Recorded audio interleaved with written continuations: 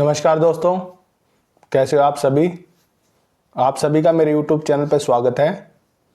आज की वीडियो में हम बात करेंगे हमारे SSC GD 2025 जिसका एग्ज़ाम जनवरी से फरवरी में होगा, उसकी हमारी क्या स्ट्रेटेजी रहनी चाहिए अब बचे हुए टाइम में, ताकि हम अपने लिए एक अच्छा स्कोर कर पाएँ। तो आज इस वीडियो में हम उन्हीं चीज़ों के बारे में जानेंगे।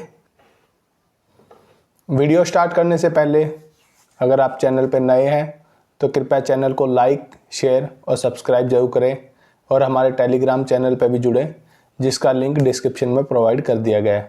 आइए स्टार्ट करते हैं। सबसे पहले तो दोस्तों वैकेंसी के बारे में बात कर लेते हैं।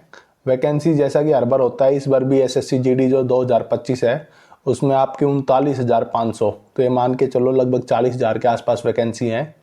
ये वैकेंसी स्टेट वाइज डिवाइड होती हैं आजकल, ऐसा नहीं है कि टोटल एक ही स्टेट का आदमी ले सकता है, तो अलग अलग स्टेट वाइज ये डिवाइड कर रखी हैं। और ये कंबाइन वैकेंसी हैं लड़कियों की और लड़कों के लिए भी। लड़कियों की शायद से 3600-3700 के अराउंड है, बाकी सब लड़कों के लिए है। तो ये स्टेट वाइज डिवाइड है, स्टेट वाइज ही आपकी कट ऑफ लगेगी। कुछ स्टेट होते हैं साउथ के, वहाँ की कट ऑफ बहुत कम जाएगी, बाकी यूपी, हरियाणा, दिल्ली इस तरफ की कट ऑफ काफ़ी हाई रहती है, जैसे कि आप देख भी सकते हैं पुराने डाटा के हिसाब से। तो आज हम बात करेंगे इसका हमारा सिलेबस क्या होता है, कितने नंबर का हमारा एग्ज़ाम होता है और हमें किस तरह से इस पेपर की तैयारी करनी है। तो सबसे पहले तो बात करते हैं कि ये हमारा पेपर कितने नंबर का होता है। ये हमारा पेपर 160 नंबर का होता है SSC GD। ये सबसे अलग है, बाकी सब में आपने देखा होगा कि 200-200 नंबर के 100 क्वेश्चन होते हैं, कहीं CPO में 200 के हैं, हर क्वेश्चन 1 नंबर का है। लेकिन इसमें आपको 80 क्वेश्चन देखने को मिलेंगे, हर क्वेश्चन आपका 2 नंबर का होगा, तो 160 नंबर का पेपर होगा और उसी में से आपकी कट ऑफ लगेगी। सिर्फ एक ही एग्ज़ाम होता है, उसके बाद आपका फिजिकल है और मेडिकल है, तो सिर्फ पेपर के बेसिस पे कट ऑफ लगेगी, बाकी 2 चीज़ें आपको क्लियर करनी है, उनके कोई भी मार्क्स नहीं होते। अब बात करते हैं इसका सिलेबस। इसका सिलेबस जैसे कि बाकी SSC एग्ज़ाम का सिलेबस है, सेम ही पैटर्न है। रीजनिंग आएगी आपके 20 क्वेश्चन 40 नंबर के, मैथ आएगी 20 क्वेश्चन 40 नंबर के, उसी तरह से GK आएगी 20 क्वेश्चन आएंगे 40 नंबर, और उसी तरह से इंग्लिश 20 क्वेश्चन 40 नंबर। तो 40 × 4 करेंगे तो 160 नंबर का हमारा पूरा पेपर बनेगा। अब बात करते हैं हम इसको सब्जेक्ट वाइज कैसे तैयार करना है, जिस हिसाब के क्वेश्चन पूछता है। दोस्तों जैसे कि आपका एग्ज़ाम जनवरी से फरवरी में होगा, तो ये मान के चलो आपके पास 3 महीने हैं। तो मेरे हिसाब से 3 महीना ऐसा टाइम है जो बिल्कुल ही नया बच्चा होगा, जिसने कुछ भी नहीं कर रखा, वो भी इस टाइप से पैटर्न आता है कि आप इसको आराम से क्रैक कर सकते हैं। सबसे पहले बात करते हैं रीजनिंग। तो रीजनिंग के लिए आपको जो बिल्कुल फ्रेशर बच्चा है, कोई भी बैच लेने की ज़रूरत नहीं है, कुछ भी करने की ज़रूरत नहीं है। आपको जो प्रीवियस ईयर, जो अभी ये मान लो 23 या 24 का GD एग्ज़ाम हुआ है, 50 से 54 शिफ्ट हुई हैं।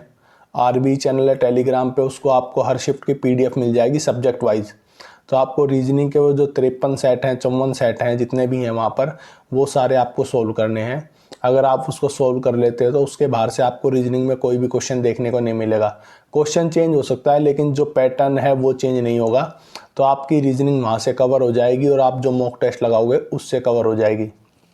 ये जो चीज़ें मैं बता रहा हूँ SSC GD के साथ, जैसे आप उसके बाद दिल्ली पुलिस कांस्टेबल का भी एग्ज़ाम आएंगे, तो उसके लिए भी आपको खास रीजनिंग वगैरह का कोर्स लेने की ज़रूरत नहीं है। यही चीज़ें करोगे तो आपका वो कोर्स भी कंप्लीट हो जाएगा। अब उसके बाद बात करते हैं मैथ। तो जैसे कि पता है कि आपको CGL वगैरह का एग्ज़ाम नहीं है, ये सिर्फ SSC GD का एग्ज़ाम है। तो इसमें जो मैथ आएगी वो हल्की सी आती है। मैथ का आपका जो बिल्कुल बेसिक क्वेश्चन होंगे ना, अर्थमेटिक के, जैसे एवरेज है 7-8 नंबरों की, एवरेज में से एक को एक्स कर दिया क्या होगी, एक आदमी एक काम को 5 दिन में करता है, दूसरा 10 दिन में करता है, दोनों मिलकर कितने दिन में करेंगे, या इसने एक साइकिल 950 में खरीदी 1050 में बेच दी, उसका प्रॉफिट कितना हो गया, या 950 में खरीद के 750 में बेच दी, लॉस कितना हो गया। तो जो बिल्कुल बेसिक टाइप है ना, कि आपको हल्का फॉर्मूला पता हो, हल्की कॉमन सेंस हो, उस टाइप के क्वेश्चन आपको मैथ में देखने के मिलेंगे। एडवांस मैथ आपको देखने को नहीं मिलेगी। इसी तरह से दिल्ली पुलिस कांस्टेबल का जो एग्ज़ाम होता है, उसमें भी जो आपकी मैथ आती है 15 नंबर की, वो इस टाइप से आएगी कि अगर आपके थोड़े बहुत फॉर्मूले कवर हैं और बिल्कुल हल्का बेसिक कर रखा है तो आपका आराम से कर लोगे। तो इसमें भी आपके लिए यही सलाह होगी, कोई बैच लेकर अपना टाइम वेस्ट ना करें, क्योंकि बैच होता है वो CGL मेंस का बैच दे देंगे, वो दे देंगे, वो आपके कुछ काम का नहीं है। आपको जितना करना है वो आप प्रीवियस ईयर बताया आपको 50 से 55 शिफ्ट के जो पेपर हैं पिछले, RB चैनल पर मिलेंगे, उसमें जो मैथ के क्वेश्चन है वो आप अगर आपको बिल्कुल कुछ नहीं आता तो आप एक बार वो एक शिफ्ट किसी से सोल्व करवा लो, कोई आपका दोस्त होगा तैयारी करता होगा, उसी तरह से आप उन 53 की प्रैक्टिस कर दोगे तो कन्फर्म है कि मैथ में भी आपको कोई भी नया क्वेश्चन देखने को नहीं मिलेगा। तो रीजनिंग और मैथ की तैयारी आपको एक प्रीवियस ईयर क्वेश्चन और अपने मॉक टेस्ट, इन 2 चीज़ों से करनी है। इसके अलावा रीजनिंग और मैथ में कुछ भी करने की आपको ज़रूरत नहीं है। अब बात करते हैं हमारा जीके पोर्शन, जो सबसे इम्पोर्टेंट हो गया आजकल एसएससी में, क्योंकि इसमें कुछ भी पूछ सकते हैं तो आप कहीं भी श्योर नहीं हो सकते। जीके पोर्शन आपका यहाँ भी ज़रूरी है, अगर आप सीजीएल दोगे वहाँ भी ज़रूरी है, सीपीओ में भी ज़रूरी है, और दिल्ली पुलिस कांस्टेबल में तो मान के चलो आपका सिलेक्शन ही जीके दिलाएगा। तो उसके लिए आप लूसेंट बुक है उसको पढ़ें, जैसे उसको 3-4 बार रीड कर लोगे तो आपके थोड़े बहुत कंसेप्ट क्लियर हो जाएंगे। ज़्यादा डीप में जाने की ज़रूरत नहीं है। जैसे जीडी में या कांस्टेबल में इस टाइप के सवाल ज़्यादा आते हैं, किसने उस समाज की स्थापना की, कौन सा उसके बाद वो शासक, उस वंश का कौन सा शासक था, या इस जैसे कुछ धार्मिक आंदोलन हुए हैं उसकी शुरुआत किसने करी। उसी तरह से जैसे मेन जो संविधान में अनुच्छेद होते हैं वो आगे, तो मेन जो मोटी मोटी चीज़ होती है हम अपनी जनरल लाइफ में देखें उसी टाइप के सवाल आएंगे। ज़्यादा कुछ इतना डीप नहीं आएगा जीडी की जो जीके है।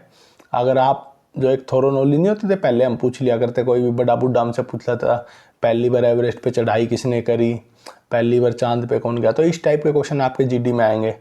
ये इसमें भी यही सलाह, लूसेंट पढ़े लेकिन उससे पहले एक बार 8-10 शिफ्टें कर लें पुरानी, तो उससे आपको आइडिया हो जाएगा किस टाइप के क्वेश्चन आपको पूछे जा रहे हैं। क्योंकि हमें वो चीज़ें करनी है जो हमारे एग्जाम में आए, हमें वो चीज़ें नहीं करनी कि हम अपना बंडल बना के रख लें हज़ारों चीज़ें। हमें 100 चीज़ करनी है, लेकिन उन 100 में से ऐसा होना चाहिए 70 चीज़ें हमारे एग्जाम में आए तो वो हमारे लिए फ्रूटफुल होंगी। अब उसी तरह इंग्लिश की बात करें, 20 क्वेश्चनों में से तो 5 क्वेश्चन तो आपके कन्फर्म है वो फिल इन द ब्लैंक्स आते हैं, जैसे क्लोज टाइप नहीं होते, बीच में गैप दे देंगे, उसमें आपको फिल करना पड़ेगा। कुछ आपके एरर के क्वेश्चन आ जाएंगे, कुछ एंटोनिम सिनोनिम। इससे फालतू इंग्लिश में कुछ पूछता नहीं है, वन वर्ड आइटम इतने कुछ पूछता नहीं है। लेकिन मेरी फिर भी आपसे सलाह रहेगी, आप जीडी की तो तैयारी कर ही रहे हैं, जीडी हो गया, सीपीओ हो गया, एसएससी के जितने भी एग्जाम होंगे सब में पैटर्न सेम ही है। तो इंग्लिश की तैयारी को आप अच्छे से करें, क्योंकि इंग्लिश बाकी एग्जाम में भी आपका सिलेक्शन दिला सकती है। और मैं तो ये कहूँगा जो जीडी की तैयारी कर रहे हो अपने साथ साथ सीपीओ की भी तैयारी रखें, जिसकी ग्रेजुएशन हो गई है, नहीं होगी है तो वैसे आप अगर जीडी का एग्ज़ाम ले लेते हो उसके बाद फ्यूचर में तैयारी करोगे जब भी आपके काम आएगी। तो इंग्लिश की जो आपको तैयारी करनी है, न्यूज़पेपर आप डेली पढ़ो, आपको एडिटोरियल वगैरह पढ़ने की ज़रूरत नहीं है, क्योंकि आप जीडी का एग्ज़ाम दे रहे हो। तो आप फ्रंट पेज या स्पोर्ट्स वाला पेज जो भी आप पढ़ना चाहते हो, इससे आपकी एक हल्की सी सेंस डेवलप होगी और आप जो fill in the blanks type जो क्वेश्चन आते हैं इन क्वेश्चनों को काफ़ी अच्छे से कर पाओगे। आप नीतू सिंह वॉल्यूम 1 पढ़ो। नीतू सिंह वॉल्यूम 1 पढ़ने के बाद ये होगा कि आपका थोड़ा बहुत बेसिक ग्रामर समझ बन जाएगी, और जो ग्रामर के क्वेश्चन है आप उनको भी अच्छे से अटेम्प्ट कर पाओगे। तो ये तो होनी चाहिए हमारी इंग्लिश की स्ट्रेटजी। तो दोस्तों ये तो हमारी वीडियो थी जिसमें हमने एसएससी जीडी की स्ट्रेटजी के बारे में जाना कि हमें अब 2-3 महीने कैसे पढ़ाई करनी है ताकि हम अपने लिए अच्छा स्कोर कर पाएँ। दोस्तों मेन बात है, सिलेक्शन के लिए ज़रूरी नहीं होता कि हम कैसे पढ़ रहे हैं, मेन बात है कि आपकी कंसिस्टेंसी कितनी है। जैसे अब जीडी का एग्ज़ाम होगा लेकिन कुछ बच्चों में जिनका अच्छा नहीं जाएगा तो उनको तैयारी करते रहना, उस लूप में बने रहना, मेन बात है। और जितने भी एग्ज़ाम आते रहते हैं सेम पैटर्न के, वो हमें ट्राई करते रहना है। उसके बाद दिल्ली पुलिस कांस्टेबल आएगा, सीपीओ आएगा, सीजीएल आएगा, सीएचएसएल आएगा, एमटीएस आएगा।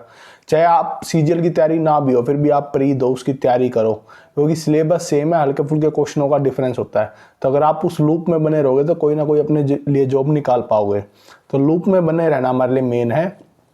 और टाइम टू टाइम दोस्तों आपके लिए जो भी एडवाइस होगी, जो भी गाइडेंस होगी, वो प्रोवाइड करता रहूँगा। अगर आपको चैनल किसी भी वे में हेल्पफुल लगता है तो हमारे चैनल को सब्सक्राइब करें, लाइक करें और टेलीग्राम चैनल पर भी जुड़ें। तो दोस्तों इस वीडियो में इतना ही, धन्यवाद, मिलते हैं जल्दी।